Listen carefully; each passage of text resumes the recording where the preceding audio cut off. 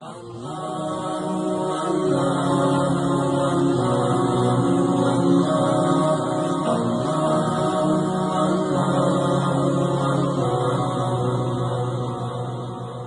Nabi Shallallahu Alaihi Wasallam adalah merayakan hari lahir Nabi Shallallahu Alaihi Wasallam. Awal mulanya muncul tahun 230 Hijriah, dan ini muncul dari kerajaan dinasti Fatimiyah Syiah ya, yang itu dibentuk pada saat itu di Mesir, dan mereka punya 6 macam maulid, dan sampai hari ini di Iran masih ada tuh. Jadi yang berfaham Syiah memang mengikuti ini.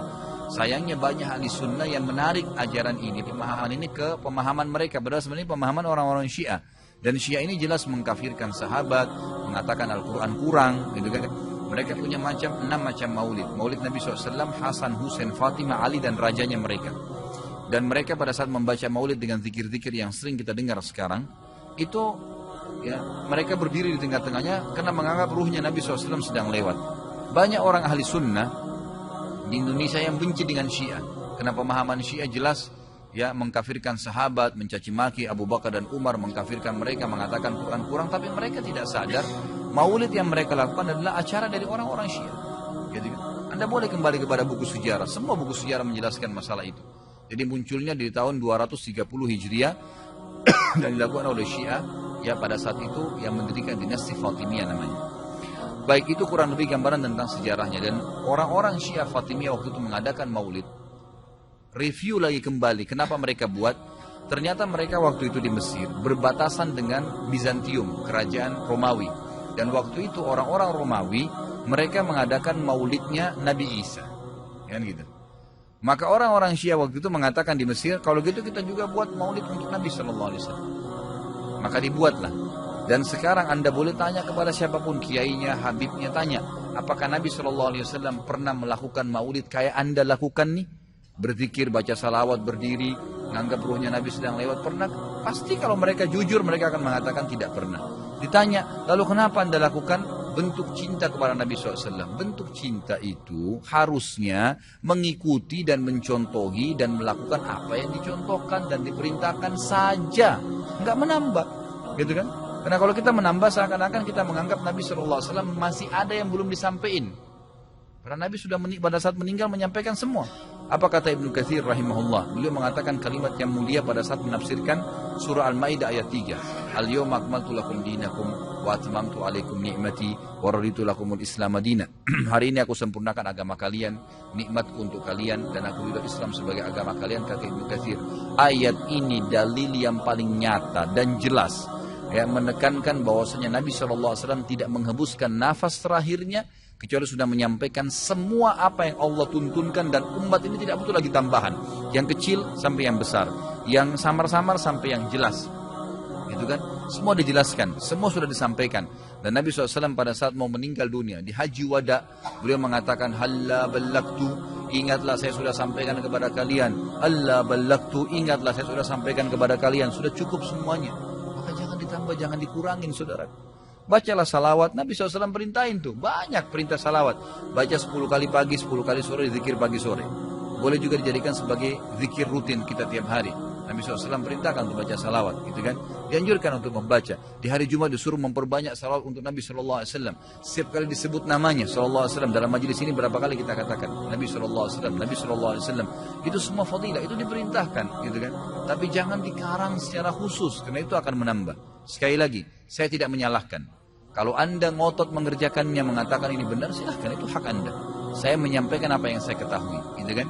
Saya tidak menyalahkan, tidak menghardik, saya mengingatkan apa yang saya ketahui. Kalau Anda anggap ini benar, terimalah, gitu kan? Karena orang yang bijaksana, orang yang berakal adalah orang kalau menerima, mendengar sebuah penyampaian dan itu benar, lebih benar dari apa yang dia ketahui sebelumnya, maka dia menerimanya. Ya, maka dia akan selamat dari sifat sombong, kan gitu. Kalau masalah hadis yang disebutkan tadi, Nabi SAW mengatakan barang siapa yang membuat hal yang baru. Ini terjemahannya pun keliru sebenarnya, gitu kan? Jadi kisahnya begini, ini hadis Bukhari. Nabi Muhammad SAW pada saat suatu hari di siang hari selepas sholat duhur, begitu kisahnya ya, melihat dari kejauhan waktu beliau mau keluar dari masjid, ada satu kaum orang Badui, Arab ini orang Badui dari padang pasir. yang datang ke Madinah berharap mendapatkan sedekah. Karena miskinnya mereka, dalam riwayat ini dikatakan sampai mereka hanya menggunakan satu lembar kain yang tidak dijahit. Mereka cuma lilitkan di badannya, ya kalau ada angin tersingkap aurat mereka karena miskinnya. Dan mereka mengikat ujung kain itu satu sama yang lain di lehernya, gitu kan? Dan diikat juga di bagian bawahnya, sehingga memang peka sekali bisa kelihatan auratnya. Dan dari muka mereka kelihatan, dalam hadis ini dikatakan kemiskinan, wajahnya sudah hitam, kelihatan tua sekali karena susahnya.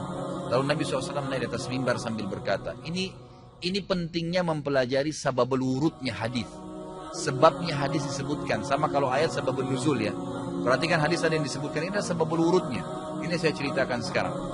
Maka Nabi SAW naik di atas mimbar setelah tahmid dan salawat untuk diri beliau dan memuji Allah tadi, tahmid dan salawat, beliau mengatakan, wahai muslimin, sesungguhnya semua yang kalian kumpulkan di dunia tidak akan bermanfaat buat kalian. Semua akan habis. Sebaik-baik harta kalian adalah harta yang kalian infakkan selama kalian hidup. Maka berinfaklah sebelum datang masalah akhirat, datang kematian. Lalu dalam hadis ini panjang lebar Nabi SAW ceritakan masalah kematian, masalah hisab hari kiamat. Lalu motivasi, bersedekahlah sebelum terlambat waktunya. Ya. Semua yang punya sesuatu di rumahnya bersedekah, berikan orang-orang yang susah itu. Ya. Datang menuju ke masjid, berikan kepada mereka sebelum mereka injak masjid ini. Lalu kata Nabi SAW, bersedekahlah walaupun hanya dengan sepotong kurma. Jadi kalau seseorang antara kalian punya kurma di rumahnya satu butir, bagi dua. Satu dia makan setengah, setengah dia makan, kasih setengah orang miskin ini. Saking pentingnya bersedekah. Waktu itu, ikhwan dan akhwat sekalian, sahabat termotivasi, ada yang menangis.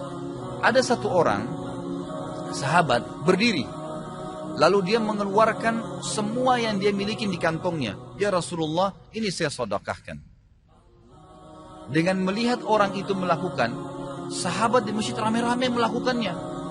Pada keluarin semua hartanya. Apa kata Nabi SAW? Siapa yang menunjukkan perbuatan baik dalam Islam, yang memulai. Kenapa? Karena tadi ini orang memulai kasih.